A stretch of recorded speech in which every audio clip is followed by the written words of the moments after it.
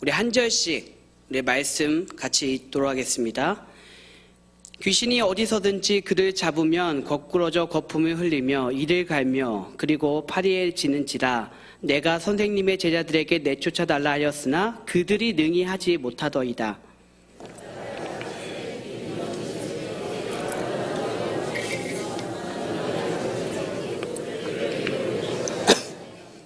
이에 데리고 오니 귀신이 예수를 보고 곧 그 아이로 심히 경련을 일으키게 하는지라. 그가 땅에 엎드러져 구르며 거품을 흘리더라.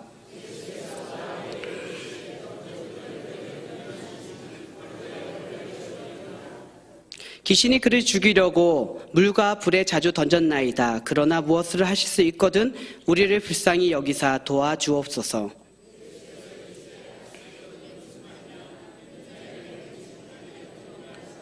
다 같이 읽겠습니다. 고 그 아이의 아버지가 소리를 질러 이르되 내가 믿나이다. 나의 믿음 없는 것을 도와주소서 하더라. 아멘.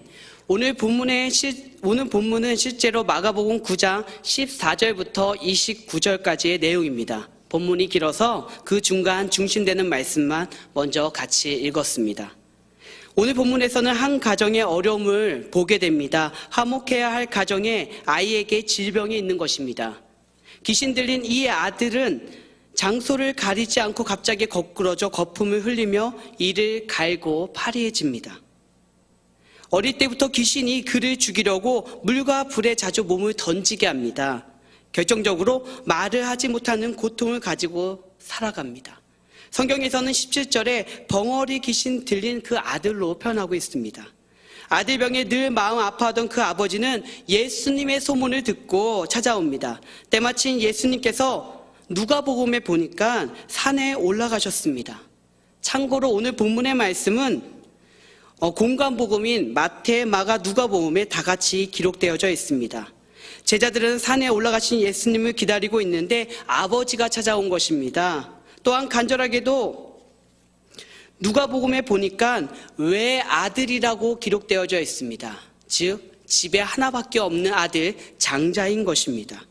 하나밖에 없는 아들 즉 장자라는 그 아들이 집안의 대를 이어와야 되는데 이런 귀신 들린 병에 걸리게 되었던 것입니다.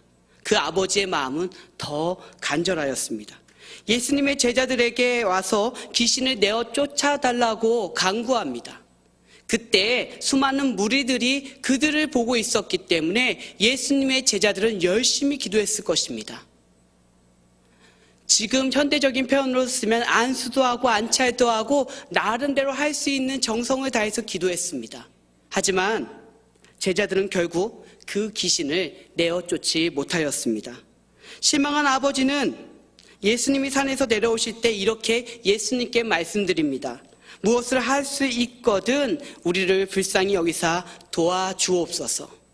아버지의 목소리에 자신이 없어 보입니다. 그때 예수님께서 하신 말씀이 할 수 있거든이 무슨 말이냐, 믿는 자에게는 능히 하지 못할 일이 없느니라 라고 말씀하십니다.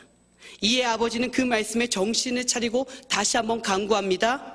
내가 믿나이다. 나의 믿음 없는 것을 도와주소서. 그때 비로소 예수님께서 더러운 귀신을 쫓아내 주시고 그 아이를 잡아 일으켜 주십니다. 오늘 말씀은 믿음에 대한 이야기입니다. 본문 말씀을 통해 믿음에 대해서 다시 한번 정리해보는 귀한 시간 되시기를 축원합니다. 첫째, 믿음은 하나님을 의지하는 것입니다. 사도행전 23장 12절에 주님께서 바울에게 말씀하십니다. 그날 밤에 주께서 바울 곁에 서서 이르시되 담대하라. 내가 예루살렘에서 나의 일을 증거한 것 같이 로마에서도 증거하여야 하리라 하시니라. 바울 사도는 말씀에 순종해서 로마행을 결심하게 됩니다. 사도행전 27장 6절 이하의 말씀에 보면은 알렉산드리아 호라는 큰 배를 타게 됩니다. 알렉산드리아 호는 곡창 지대인 애굽에서 곡식을 싣고 이탈리아로 이동하는 곡식 수송선입니다. 이 큰 배는 당시에 600명이나 태울 수 있는 엄청 큰 배였습니다. 그 배에 바울 일행을 포함해서 276명이 탑승하게 됩니다. 하지만 바울이 항해하던 그 시절에는 시기적으로 항해를 하면 가장 위험한 계절이었습니다. 여름에서 겨울로 이어지는 시기라 바람이 세찼습니다. 그래서 당시에는 이 시기를 포함해서 9월 중순부터 3월 중순까지 항해를 거의 하지 않았습니다. 바울은 1차, 2차 여행을 통해서 벌써 3번이나 파선한 경험이 있기에 선장, 선주, 승무원들을 쫓아다니면서 간절히 권하였습니다. 항해를 계속하면 배도 침몰하게 되고 물건도 버려야 되고 사람도 다 죽게 되니까 다시 한번 생각해보고 지금 출항하는 것에 대해서 다시 한번 생각해달라고. 사도행전 27장 9절에 나온 권하여, 헬라어 파라이네오로 3인칭 단수 미완료형입니다. 미완료형이라는 것은 권유를 여러 번 될 때까지 그들에게 했다라는 것이에요.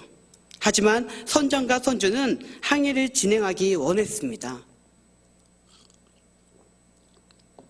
그때의 백부장은 율리오였는데 평소에는 바울을 존경하였습니다. 그리고 그가 자유롭게 선교하거나 자유롭게 이야기하는 데 있어서 편의를 봐주었습니다. 하지만 이때에 있어서는 선장과 선주가 더 전문가라 판단했기 때문에 그들의 말을 듣습니다. 선장과 선주는 바울과 다른 범죄자들을 로마로 후송하는 것이 첫 번째 목표가 아니었습니다. 이 배는 처음에 얘기했던 것처럼 곡식 수송선입니다. 그들은 영리가 첫 번째 목표였습니다. 처음 얘기한 것처럼 당시 로마 황제는 로마 시민들에게 곡식을 공급하기 위해서 이 위험한 기간, 이 계절에 항해를 할 때 더 많은 돈을 주게 됩니다. 그리고 만약에 배가 파손되게 되면은 파손된 배에 대해서도 물어주는 그런 로마의 상황이 있기 때문에 선주들은 그 세계에서 모험을 감행하기도 했다는 기록이 있습니다. 다수의 승객들도 잠시 머물고 있는 미항이라는 잠시 머물고 있는 그 항구가 작기 때문에 겨울을 나기에는 불편하니까 빨리 출항하기를 원했습니다. 결국 바울 사도만 그 출항에 대해서 반대하였다는 것입니다. 출항은 결국 하게 되었는데 처음에는 순항을 하였습니다. 큰 일 없을 것 같았는데 우리가 알듯이 그 사이에 유라굴루라는 큰 풍랑이 동북쪽으로 강하게 불어 배는 이리저리 떠밀려 가게 됩니다. 그때서야 배가 가볍게 하기 위해서 첫날 짐을 버리고 둘째 날에는 곡식 포대를 버리고 셋째 날에는 배의 도구들과 가구들까지로 바다에 던지게 됩니다. 왜요? 배가 가라앉는 것을 막기 위해서죠. 고대의 배들은 나침반이나 기타 항법 장치조차 없기 때문에 앞이 보이지 않으면, 특별히 밤에는 별을 의지해서 가기 때문에 그 별이 보이지 않으면 위치를 잡아낼 수가 없습니다. 그러다 보니까 그 풍랑에 이리저리 떠밀려 가는 것입니다. 바울이 처음에는 화가 났을 것입니다. 왜 내가 그렇게 간곡하게 말렸는데, 내가 반대했는데 왜 가서 이 모양이야? 라고 하면서 그들을 보면서 화가 났을지도 모르겠습니다. 하지만 그에게 있어서는 분명히 로마에 가야 된다는, 또 하나님께서 로마를 통해서 부르셨다는 아까 그 말씀이죠. 내가 예루살렘에서 나의 일을 증거한 것 같이 로마에서도 증거하여야 하니라. 그 말씀에 의지했기 때문에 분명히 배가 가라앉지 않는다는 사실을 그 마음속으로는 알고 있다는 것입니다.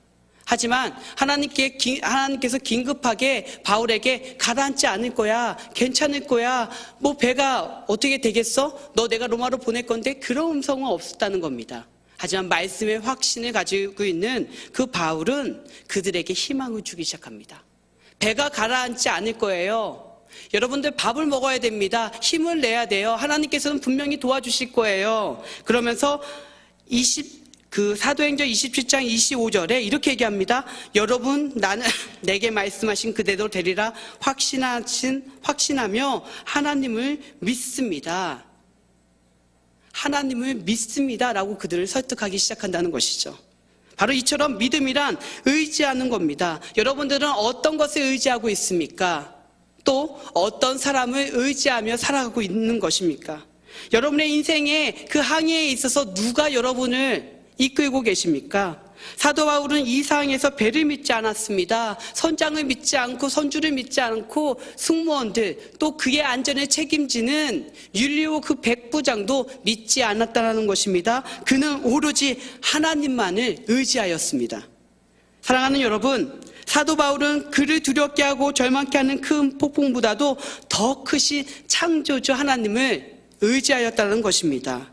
그렇습니다. 믿음의 대상이 누구냐에 따라서 우리의 절망을 넘어 희망을 가질 수 있습니다. 우리는 예배의 자리마다 자신의 신앙을 믿음으로 고백하고 있습니다. 하지만 풍랑을 만났을 때, 벼랑 끝에 섰을 때, 사업장이 부도 직전이고 직장에서 실직을 하고 가정은 풍비박산이 나고 청년들은 졸업한 지 오래되었는데 취업을 하지 못할 때에 그런 상황 같은 그런 어려움 속에서도 여러분 여전히 고백이 가능하십니까? 내 능력으로 어찌할 수 없는 절망적인 위기에 봉착할 때에도 이 믿음 가지고 간구할 수 있습니까? 그것이 바로 하나님을 진정으로 의지하는 믿음입니다. 하박국 말씀에 이렇게 얘기하고 있습니다. 비록 무화과 나무가 무성치 못하며 포도나무에 열매가 없으며 감람나무에 소출이 없으며 밭에 식물이 없으며 우리에게 양이 없으며 외양간에 소가 없을지라도 나는 여호와를 인하여 즐거워하며 나의 구원의 하나님을 인하여 기뻐하리로다. 아멘. 하박국 저자의 고백처럼 바울 사도의 흔들리지 않는 믿음처럼 저와 여러분은 이런 믿음을 가졌으면 좋겠습니다. 오늘 본문에 믿음이 없어 보였던 아버지의 고백, 나의 믿음 없는 것을 도와주소서라는 표현처럼 믿음이 부족하다면 그 믿음을 구하는 저와 여러분이 되었으면 좋겠습니다. 둘째, 믿음은 하나님께 다가가는 것입니다. 오늘 성경에는 믿음이 없다고 책망하시던 예수님께서 병에 걸린 아들을 둔 아버지에게 말씀하십니다. 19절 말씀입니다. 그를 내게로 데려오라고. 예수님께서 문제 있는 그 아들을 데리고 오라고 합니다. 예수님께서 그 아이의 아버지에게 아들을 데려오라고 하듯이 우리에게도 어떠한 문제가 있든지 가지고 나오라고 얘기하십니다. 교회에 아무리 다녀도 믿음이 없는 사람이 있습니다. 왜냐하면 사람 보고 나오기 때문입니다. 그렇습니다. 교회에 와서 사람 만나고 친구 만나고 볼일 보고 찬양 감상하고 기도 잘 알아듣고 말씀 비교 평가하면서 교회의 시스템에 대해서 이러쿵저러쿵 하는 사람들, 또 교회의 분위기만 파악하면서 내가 나갈 날과 나가지 않은 날을 고민하는 분들, 아무리 열심히 다녀도 아무리 세월이 지나도 그에게 있는 봉착된 문제가 해결되지 않습니다. 그러나 교회에 나와서 예배를 통하여 찬송과 기도와 말씀과 봉사를 하고 주님께 간절히 나가는 사람들, 바로 살아계신 하나님을 만나게 되고 경험하게 되고 그들의 어려운 문제들이 해결되는 줄 믿습니다. 여러분, 우리는 모든 문제를 사람 앞에서 풀려고 해서는 안 된다는 것입니다. 문제가 크든지 작든지 어떤 문제들인지 하나님께 가지고 나와야 한다는 것입니다. 그러면 기적이 일어납니다. 김정한 원로 목사님께서 늘 하시던 말씀이죠. 사람이 사람을 만나면 역사가 일어나고 사람이 하나님을 만나면 기적이 일어난다고 하죠. 미국의 석유왕 록펠러에 대한 일화입니다. 그는 젊은 시절 자기가 가지고 있는 모든 돈을 광산업에 투자합니다. 그는 그것도 부족해서 은행에서 많은 돈을 빌렸습니다. 그리고 자신이 절친한 친구라고 생각했던 그 친구의 건강을 인수했습니다. 그런데 나중에 보니까 친구에게 사기를 당한 것입니다. 금을 모두 캐어내고 찌꺼기가 남은 그 강산 조금 보여주고 그에게 팔았다는 것입니다. 금이 나와야 은행의 빚을 갚을 수 있는데 금이 나오지 않으니까 돈이 생기지 않는 것입니다. 그러니 은행의 빚을 갚을 수 없었습니다. 은행에서는 그 돈을 받고자 계속해서 독촉을 하게 됩니다. 돈을 받아야 하는 그 강부들이 어느 사이에 폭도를 반하게 됩니다. 화를 내기 시작합니다. 록펠러는 결심하고 강산 깊은 곳에 들어왔습니다. 자리를 깔고 거기서 내가 죽더라도 여기서 하나님의 응답을 듣고 죽겠다라고 기도하기 시작합니다. 간절히 기도합니다. 그 기도 가운데 몇 날이 흘렀는지 모릅니다.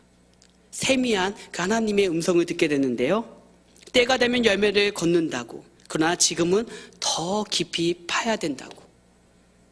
더 깊이 파 보아야 금이 안 나올 것은 뻔한 이치입니다. 이미 금이 금이 이제 없는 그 광산이라는 사실을 알았기 때문입니다.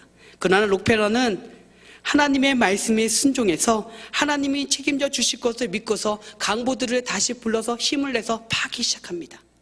그런데 갑자기 펑 하고 검은 물줄기가 나오기 시작합니다. 바로 석유입니다. 석유가 터져 나와서 그는 유전을 통해서 세계에 제일 가는 부자의 계기를 마련합니다. 만약 록펠러가 문제를 하나님께 가지고 나오지 않았더라면, 친구를 원망하고 자기 신세를 원망하였다면 사업은 거기까지였을 것입니다. 그런데 록펠러는 문제를 하나님께 가지고 나와 해결받았습니다. 원 기도 제목대로 금은 아니었지만 하나님께서 예비하신 석유를 통해서 엄청난 부자의 길을 걷게 됩니다. 그는 기도를 하였고 하나님은 하나님의 방식으로 그의 기도에 응답하신 줄 믿습니다. 우리에게는 늘 문제가 따라다닙니다. 우리 생활에 문제가 없을 때는 아마도 그 한순간도 없을 것입니다. 세상을 살아가는 동안 우리는 크든 적든 문제와 함께 살아갑니다. 그런데 믿음의 사람은 이 문제를 그대로 덮어둔 사람이 아니라는 것입니다. 고민하는 사람이 아닙니다. 문제를 하나님께 가지고 나오는 사람입니다. 하나님께 문제를 맡기시기 바랍니다. 하나님께 문제를 내려놓으시기 바랍니다. 그러시면 반응하시는 하나님께서 문제를 해결해 주실 줄 믿습니다. 셋째, 믿음은 능치 못할 일이 없게 만듭니다. 크리스 마뎀이 성공한 사람을 연구하면서 통계를 내었는데 그들의 공통점이 있는데 바로 자신감이라는 겁니다. 자신감이 그들을 성공으로 이끌어준 가장 큰 원동력이었다는 겁니다. 그런데 우리 주변에는 남의 성공만 부러워하고 자신의 나쁜 환경을 탓하라는 그런 사람들이 있습니다. 삶을 슬퍼하며 바로 비관하는 사람들입니다. 매사에 모든 것이 부정적으로 바라봅니다. 이러한 사람들은 그가 아무리 좋은 환경을 가졌다 하더라도 절대로 성공하기 힘들다라고 얘기합니다. 믿는 사람에게도 자신감이 있어야 합니다. 보통 자신감 하면 의지적인 자신감입니다. 할 수 있어, 하면 된다, 그래 나는 할 수 있어, 그런 외침이라는 것입니다. 신앙 안에서의 자신감은 하나님으로부터 오는 능력이라는 것입니다. 사도 바울이 빌립보 교인들에게 이렇게 얘기합니다. 내게 능력 주시는 자 안에서 내가 모든 것을 할 수 있느니라 라고 얘기합니다. 바로 하나님께서 주시는 그런 능력이라는 것입니다. 하나님께서 주시는 능력은 그 인생을 바꿔놓습니다. 그런 능력을 하나님을 믿는 우리에게 주시는 줄 믿습니다. 다윗이 골리앗과 싸워 이긴 이야기를 아실 겁니다. 사무엘상 17장 말씀에 나옵니다. 사울왕 다시의 블레셋이 이스라엘을 침략합니다. 이스라엘 군사들이 나가서 싸우지만 그 전쟁이 패했습니다. 블레셋에는 골리앗이라는 장수가 있었기 때문입니다. 골리앗은 성경 표현으로 보면 6규빗 한 뼘입니다.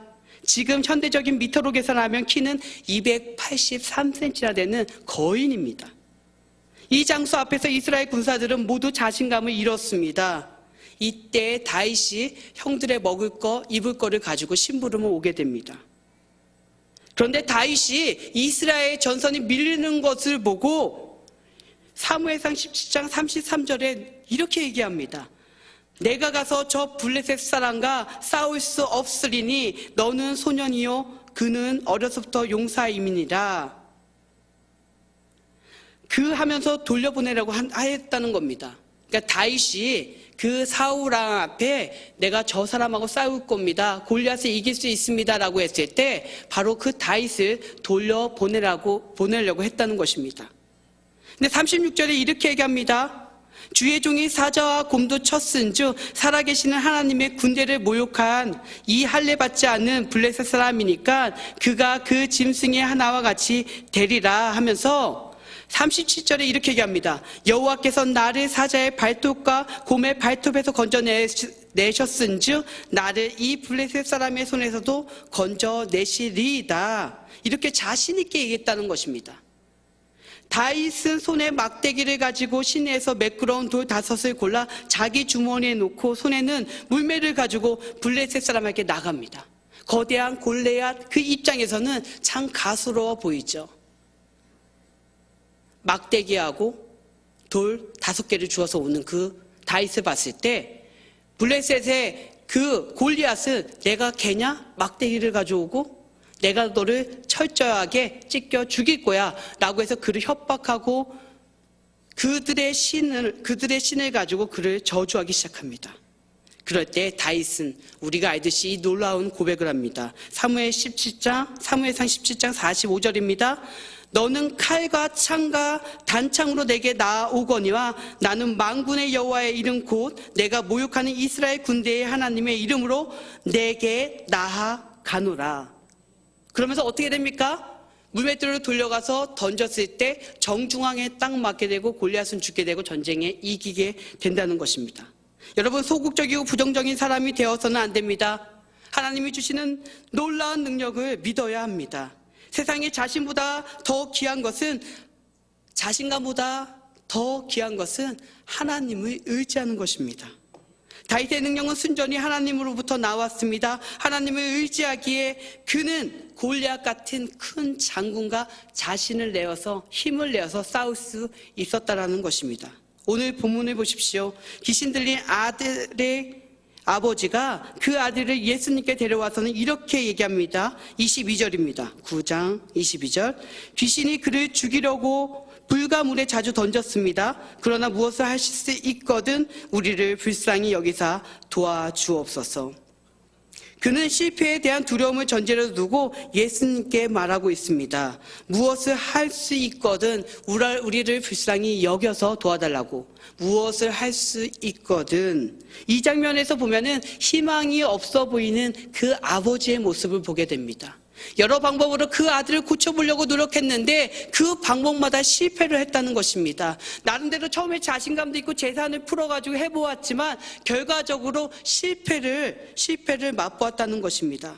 오랜 간호에 지친 이 아버지는 결국 마지막 희망을 가지고 예수님께 나옵니다. 늘 실패만 경험했기 때문에 한쪽에서는 아리는 마음, 한쪽에서는 기대 반으로 나오게 된다는 것입니다. 하지만 이 앞전에 그 예수님의 제자라는 사람들이 실패하였습니다.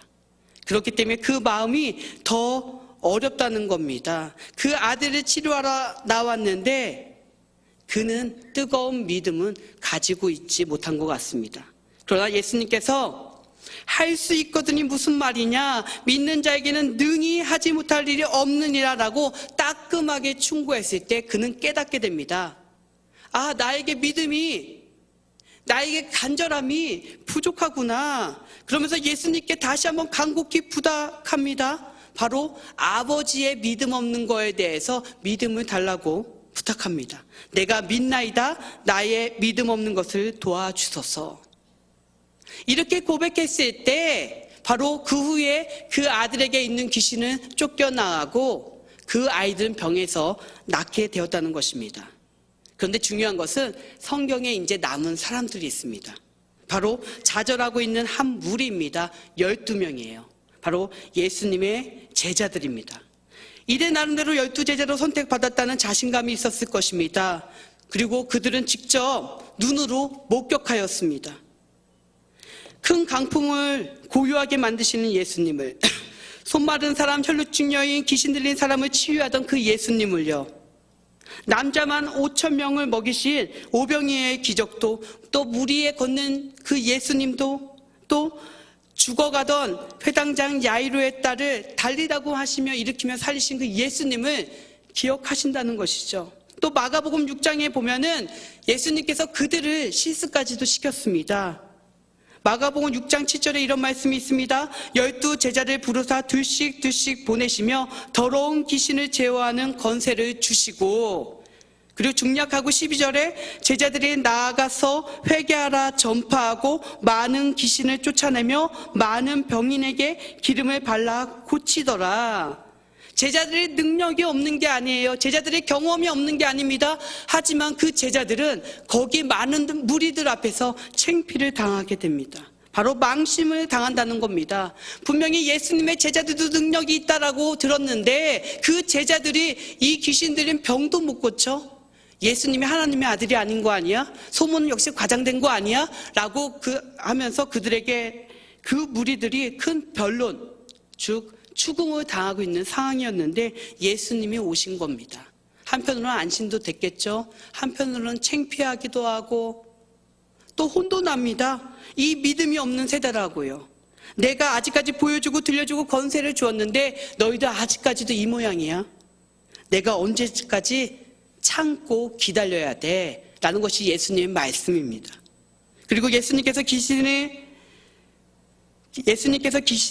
쫓아내는 모습을 옆에서 지켜보다가 다 끝난 다음에 쉼없이 조용하게 예수님께 묻습니다. 그것이 28절 말씀입니다.